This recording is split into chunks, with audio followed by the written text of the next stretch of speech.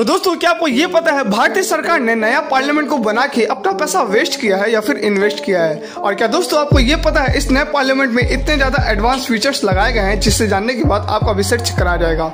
और क्या दोस्तों आपको ये पता है कि इस नए पार्लियामेंट को बनाने में जितने रुपए खर्च हुए हैं ये हम सबसे छुपाया गया है। तो दोस्तों इसी अमेजिंग टॉपिक के साथ आज का वीडियो स्टार्ट करते हैं। तो जिन लोगों ने अभी तक हमारे चैनल को सब्सक्राइब नहीं किया है जल्दी से सब्सक्राइब कर दें ताकि ऐसे ही अमेजिंग वीडियो हम लाते रहें और आपको हर पल कुछ ना कुछ नया सिखाते रहें, क्योंकि हमारा मकसद आपको न्यूज नहीं नॉलेज देना है। तो दोस्तों 10 दिसंबर 2020 ये वो दिन था जिस दिन भारतीय सरकार ने हम सबके सामने अपना एक ड्रीम प्रोजेक्ट रखा।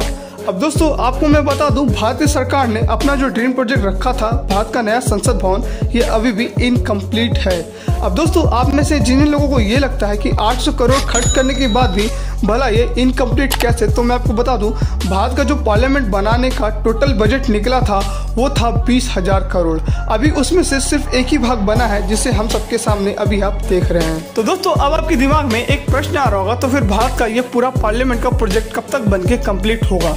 तो दोस्तों मैं आपको बता दूं ये जो भारत का पार्लियामेंट का प्रोजेक्ट है ये राष्ट्रपति भवन से लेके दिल्ली के रेड रोड तक लिया गया है। अब दोस्तों इतने बड़ी एरिया को कवर करने में गवर्नमेंट को टाइम तो लगेगा ही। अब दोस्तों मैं आपको बताने वाला हूँ इस नए पार्लियामेंट की कुछ नई खासियत के बारे में। तो दोस्तों आपको ये बात जान के खुशी मिलेगी कि भारत का ये जो नया पार्लियामेंट है ये अपनी ओपनिंग के साथ साथ ही अपना नाम गिनीज बुक में दर्ज करा चुकी है। अब दोस्तों वो कुछ इस प्रकार ये पार्लियामेंट वर्ल्ड का चौथा सबसे बड़ा पार्लियामेंट बन चुका है। अब दोस्तों आपके दिमाग में एक प्रश्न ये आ रहा होगा कि इतना बड़ा पार्लियामेंट को बनाने का प्रोजेक्ट आखिरकार किस कंपनी को गया होगा?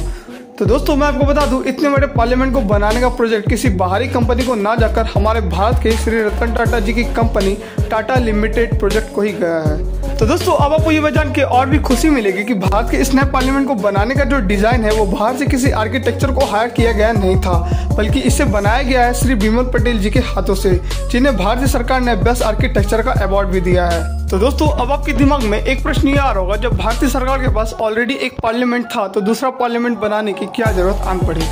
तो दोस्तों मैं आपको बता दूं जहां भारत के पुराने पार्लियामेंट की साइज जितनी छोटी थी वहीं उसकी सीटों की संख्या भी उतनी कम। भारत के पुराने पार्लियामेंट में जहां 250 सीटें थी वहीं भारत के नए पार्लियामेंट में यानी राज्यसभा की सीटें जहां 300 है और वहीं लोकसभा की सीटें 888 हैं। इन दोनों को मिला के टोटल 1272 सीटें इस नए पार्लियामेंट में मौजूद है, जिससे दोस्तों आपको ये चीज़ तो पता चल गया होगा कि नए पार्लियामेंट में संख्या बड़ी है तो एरिया के साथ साथ सीटों की भी। तो दोस्तों पता चली गई होगी कि भारतीय सरकार ने नया पार्लियामेंट बनाकर पैसा वेस्ट नहीं बल्कि इन्वेस्ट किया है। अब दोस्तों मैं बात करने वाला हूँ इस नए पार्लियामेंट के अंदर की फीचर्स के बारे में। तो दोस्तों मैं आपको बता दूं इस नए पार्लियामेंट के अंदर इतनी बेहतरीन फीचर्स का यूज़ किया गया है कि आप इसके अंदर अगर हो और भूकंप भी आए तो आपको पता नहीं चलेगा और आपको कोई हानि भी नहीं होगी। इसे बनाते वक्त सिक्योरिटी का तथा सेफ्टी का पूरा ख्याल रखा गया है। ये बम तथा ग्रेनेड के भी धमाके को सह सकता है। अब दोस्तों मैं आपको बता दूं इस नए पार्लियामेंट को बनाते हुए भारतीय सरकार ने अपनी पूरी तरीके से देशभक्ति को आजमाया है। इस पार्लियामेंट के अंदर जितने भी थीम का यूज़ किया गया है वो नेशनल चीज़ों से लिया गया है, जैसे कि national bird, national animal, national flower, national fruit, इन सब चीज़ों के डिज़ाइन पर यहाँ के थीम को लिया गया है। अब दोस्तों आपके दिमाग में ये लास्ट प्रश्न ये आ रहा होगा कि आखिरकार नए पार्लियामेंट के बन जाने के बाद पुराने पार्लियामेंट का क्या होगा?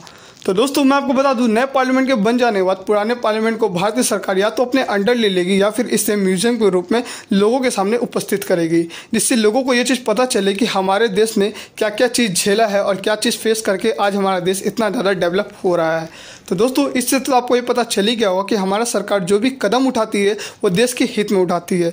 तो दोस्तों अगर आपको हमारा वीडियो अच्छा लगा तो हमारे वीडियो को लाइक करें, हमारे चैनल को सब्सक्राइब करें और बेल आइकन प्रेस करना ना भूलें, ताकि ऐसे वीडियो हम लाते रहें और आपको हर पल कुछ ना कुछ नया सिखाते रहें।